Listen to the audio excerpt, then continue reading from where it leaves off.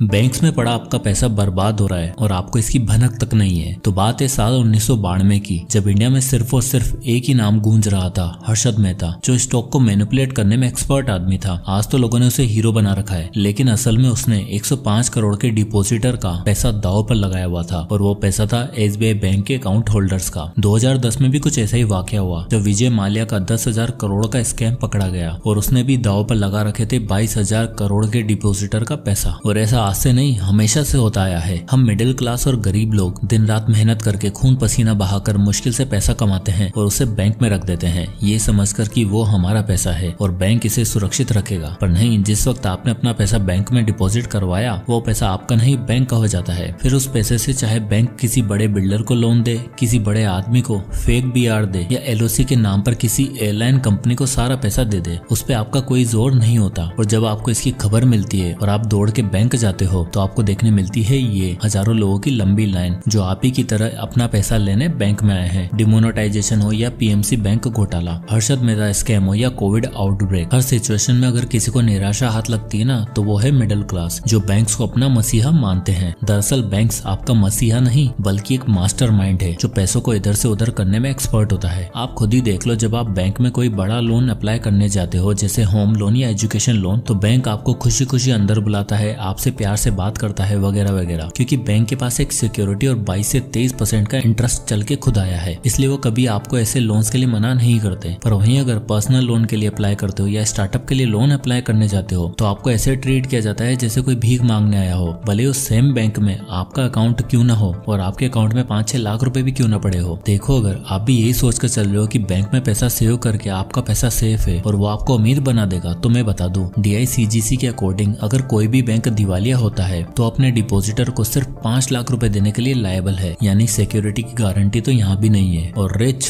भैया 2-3% के रिटर्न में आज तक कौन सा आदमी अमीर बन पाया है, जरा ये बता दो। अमीर लोग इस बात को भली भांति समझते हैं, इसलिए वो बैंक में एक लिमिटेड अमाउंट रखकर अपना सारा पैसा लगाते हैं एसेट्स में। तो आज मैं आपको 5 ऐसे एसेट्स बताने वाला हूँ जो आपको अमीर बनाने के रास्ते पर ले जाएंगे, जिसमें सबसे पहला एसेट आता है asset number 1, the gods money. एक बहुत फेमस इंसान का कहना है कि मैं उस चीज को क्यों हासिल करूँ जो इंसान ने बनाई है, बल्कि मैं तो ऐसी जगह इन्वेस्ट करूंगा जिसको भगवान ने बनाया हो, and that is gold and silver. और जिस इंसान ने ये बात कही है वो है रॉबर्ट कियोसाकी। वो इसे गॉड्स मनी कहते हैं। ऐसा इसलिए क्योंकि गोल्ड एंड सिल्वर ही एकमात्र ऐसी कमोडिटीज हैं जिसपे ना कोई गवर्नमेंट कंट्रोल होता है और ना कोई मार्केट फॉल। रॉबर्ट का मानना है कि आपके बुरे फाइनेंशियल वक्त में ये गॉड्स मनी ही आपका सबसे बेस्ट इंश्योरेंस पॉलिसी साबित हो सकती है, क्योंकि पेपर करेंसी जैसे USD, INR या जापानीज येन एक्सेस प्रिंटिंग और मार्केट इन्फ्लेशन और चेंजेस की वजह से हमेशा वैल्यू लूज करते रहते हैं। और इस नए साल पे तो रुपया मानो ऐसे गिर रहा है जैसे दुनिया की सबसे कमजोर करेंसी हो। हाल ही में रिपोर्ट में पता चला कि रुपया $1 के अगेंस्ट 86.58 का हो गया है और ऐसा माना जा रहा है कि ये और भी ज्यादा गिरने वाला है। पर गोल्ड और सिल्वर बुरे से बुरे मार्केट सिचुएशन में भी अच्छे खासे रिटर्न देते हैं। एग्जाम्पल के लिए 2008 की फाइनेंशियल क्राइसिस ही देख लो। एक तरफ जहाँ स्टॉक मार्केट गिरा हुआ था, रुपया तेजी से बढ़ना चालू हो गया था, रियल एस्टेट मार्केट क्रैश हो गए, वहीं गोल्ड के प्राइसेस स्काई रॉकेट कर गए। यानी एक तरफ जहाँ सारी इन्वेस्टमेंट लॉस दे रही थी, वहीं गोल्ड एक सेफ हेवन एसेट था। और इतना ही नहीं, जिस तरह बैंक्स में आपका रखा पैसा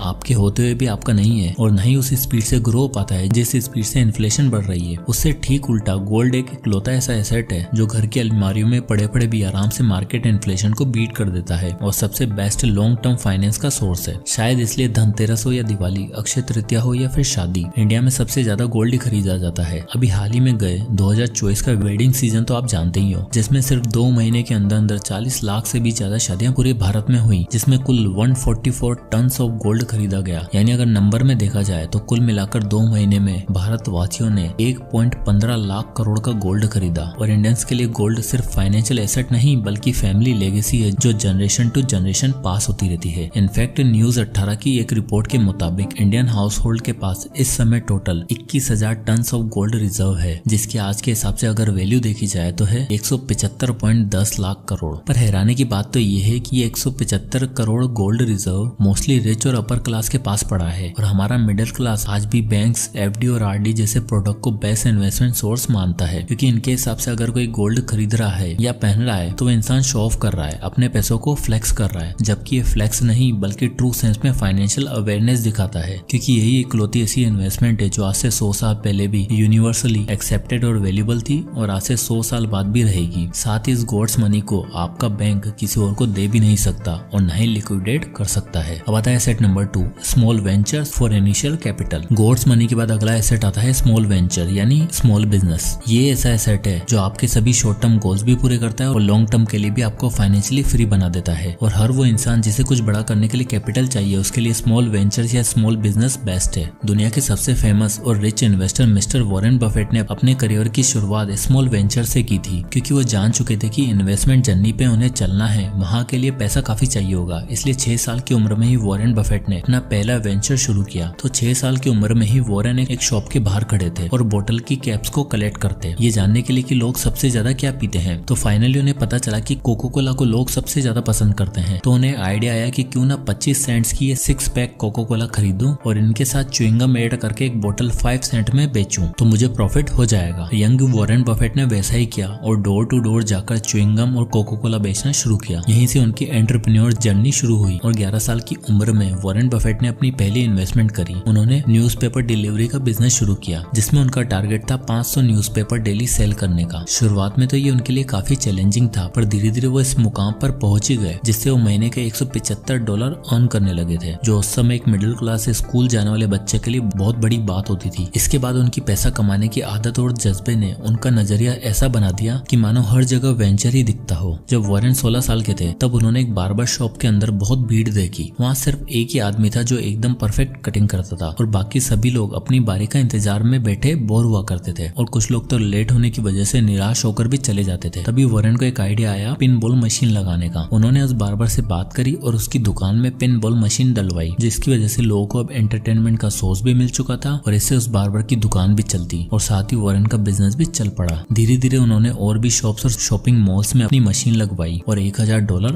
अर्न किए। अब वॉरेन बफेट का ये वेंचर स्टोरी बताती है कि करियर के स्टार्ट में अगर आपको ट्रू वेल्थ, हार्ड वर्क और स्मार्ट वर्क सीखना है तो जॉब करके बैंक्स में पैसा डालने से अच्छा है वेंचर शुरू करो। लो रिस्क और लो कैपिटल वेंचर आपका माइंडसेट डेवलप करता है और बाद में जाकर यही वेंचर आपकी फाइनेंशियल सक्सेस और पैसिव इनकम का साधन भी बन सकता है। Asset number 3, the investments. Small venture से पैसा इकट्ठा करने के बाद बारी आती है उन पैसों को काम पर लगाकर एक compounded passive income source generate करने की, जो दिलाता है इन्वेस्टमेंट। आज की डेट में इंडिया में इन्वेस्टमेंट के बहुत सारे सोर्सेज हैं, जैसे stocks, ETFs, mutual fund, index fund, money market, gold, bond etcetera. पर एक आम मिडिल क्लास इंसान के लिए इन सभी चीजों में इन्वेस्ट कर पाना पॉसिबल नहीं है, इसलिए जरूरत है एक ऐसी चीज चुनने की जो आपको कंपाउंडेड एनुअल रिटर्न दे सके। 11 साल के वॉरेन ने यह टेक्निक फिगर आउट करने के लिए सबसे पहले सिटी सर्विस नाम की कंपनी में इन्वेस्ट किया। शुरुआत में तो उनको कुछ भी नहीं दिखा, पर धीरे धीरे उनका प्रॉफिट बढ़ने लगा और स्टॉक्स ग्रो करने लगा। तब उन्हें समझ आई पावर ऑफ कंपाउंडिंग। इसलिए वॉरेन आज भी कहते हैं, my wealth has come from combination of living in America, some lucky genes and compound interest. अब इंडिया में इतने सारे इन्वेस्टमेंट सोर्स है, पर फिर भी सारे लोग अपना पैसा बैंक्स और FD में ही क्यों रखना पसंद करते हैं। कुछ ऐसा ही किया जॉन ने भी। तो हुआ क्या कि जॉन साहब को उनके दादाजी की तरफ से 10 लाख रुपए मिले और तब उनके दादाजी ने जॉन को ये सुझाव दिया कि FD में इन्वेस्ट कर दे और 10-15 साल बाद देखना कितना पैसा बढ़ जाएगा। अब दादाजी ने जैसा कहा था उसने वैसा ही किया। वहीं दूसरी तरफ जॉन का कजिन ब्रदर था जानी। अब जानी एक अच्छी IT कंपनी में नौकरी करता था और उसकी सैलरी पैकेज भी काफी अच्छा था। साथ ही उसे स्टॉक्स की तरफ काफी रुझान भी था। उसका मानना था कि अगर जीवन में ये इन्वेस्टमेंट सही तरीके से कर दी तो लाइफ सेट हो जाएगी। जॉब के साथ साथ जानी ने स्टॉक मार्केट पर रिसर्च चालू करे और अपने लिए 10 स्टॉक का पोर्टफोलियो बनाया, जहां से उसको 15 से 17% रिटर्न मिलता और उसने उठाई अपनी सेविंग्स और लगा दिए 10 लाख रुपए स्टॉक्स में। अब जॉन और जानी का एक और दूर का भाई था जिसका नाम था जनार्दन। जनार्दन की फैमिली बिल्कुल आम मिडिल क्लास फैमिली की तरह थी, ना बाप दादा की पुश्तैनी कमाई और ना महंगे कॉलेज की महंगी डिग्री। इसलिए जनार्दन एक नॉर्मल फाइनेंस कंपनी में काम करता था और उसने नौकरी के पहले दिन से फ्यूचर प्लानिंग शुरू कर दी। इसलिए हर महीने सैलरी मिलते 10,000 रुपए SIP के थ्रू इंडेक्स फंड में इन्वेस्ट करता और हर साल अपनी इन्वेस्टमेंट को 10% से स्टेप अप करता। अब 20 साल के बाद आप देख ही सकते हो जॉन, जानी और जनार्दन किस मुकाम पर खड़े होंगे। जॉन का इन्वेस्टमेंट हो चुका होगा 36,31,000 रुपए, जानी का इन्वेस्टमेंट पहुंच चुका होगा 2,31,00,000 पे और जनार्दन का इन्वेस्टमेंट हो चुका होगा 1,98,00,000 रुपए। अब यहाँ चलो जानी और जनार्दन तो 2.5 करोड़ 2 करोड़ बना गए, पर जॉन जिसने FD में इन्वेस्ट किया 20 साल बाद भी 36 लाख ही बना पाया। और अगर अब इस पे 6% का इन्फ्लेशन एडजस्ट कर दिया जाए तो उसके 36 लाख की वैल्यू मात्र 11 से 12 लाख रुपए ही रह जाएगी, यानी घूम फिर कर पैसा वहीं का वहीं रहा। यही सबसे बड़ा फर्क है इंटरेस्ट और कंपाउंड इंटरेस्ट में। जॉन के FD वाले आइडिया को इन्फ्लेशन नाम का सांप ऐसा निकल गया जैसे वहाँ मानो कुछ था ही नहीं और रियल पावर ऑफ कंपाउंडिंग दिखाई स्टॉक्स और इंडेक्स फंड की इन्वेस्टमेंट ने। Asset number 4, intellectual property. इन सब के बाद आता है आपका अपना एसेट जिसे आप कहीं से एक्वायर नहीं कर सकते बल्कि खुद ही जन्म देते हो, इंटेलेक्चुअल प्रॉपर्टी। ये इकलौता ऐसा एसेट है है जो आपके एक बार बनने पर लाइफ टाइम आपको और आपके आने वाली जनरेशन को बैठे बिठाए पैसा खिला कर देता है। बस इसके लिए जरूरत है तो क्रिएटिव और इनोवेटिव आइडिया की। कुछ ऐसा ही किया क्रिएटर जॉर्ज लूकस ने। उन्होंने एक ऐसी मूवी बनाई जो अपने टाइम में लगभग 100 साल आगे के कंसेप्ट पर बेस्ड थी। लोगों को मूवी काफी पसंद आई। 11 मूवीज की सीरीज भी बनी और सिर्फ इतना ही नहीं बल्कि इसकी मर्चेंडाइज बनी, गेम्स बनी, टॉयज बने, यानी एक मूवी आइडिया से इतनी सारी चीजें बन गई। और दरअसल उस फ्रेंचाइजी का नाम है स्टार वॉर्स फ्रेंचाइजी, जिसने जॉर्ज को $8 बिलियन से भी ज्यादा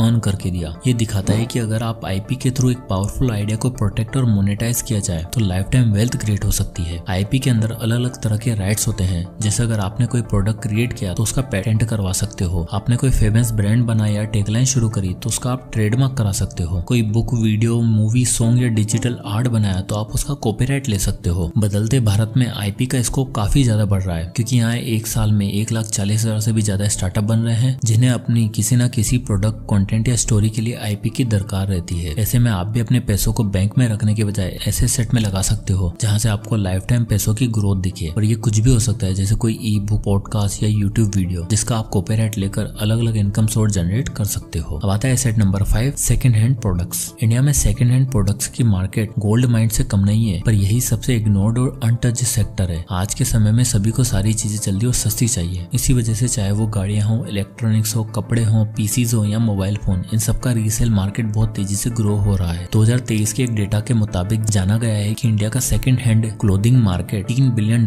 का है, जो 2032 से बढ़कर $9 बिलियन का होने वाला है। और सबसे बड़ा कंट्रीब्यूशन मोबाइल फोन्स का है, जिसकी रीसेल मार्केट $5 बिलियन टच कर चुकी है। ऐसे में अगर आपके पास कार्स, फर्नीचर या इलेक्ट्रॉनिक का अच्छा एक्सेस है तो आप स्पिनी, फॉरलेंसो, रेंट मोजो जैसे प्लेटफॉर्म की बिजनेस स्ट्रेटेजी समझकर अपने लिए सेकंड हैंड प्रोडक्ट का बिजनेस खड़ा कर सकते हो। और साथ ही आप इसमें ड्रॉप शिपिंग बिजनेस को ऐड करके अपने लिए एक स्ट्रेस फ्री बिजनेस बिल्ड कर सकते हो जो आपके पैसों की सही वैल्यू लगाएगा और आप लाइनों में नहीं बल्कि लाइन आपकी शॉप के बाहर लगेगी। तो एट लास्ट पैसों को बैंक में पड़े रहने और सड़े देने की बजाय उसे ऐसी जगह पर इन्वेस्ट करो या ऐसे काम पर लगाओ जहाँ से वो पैसा 2 का 4 हो सके। जय हिंद।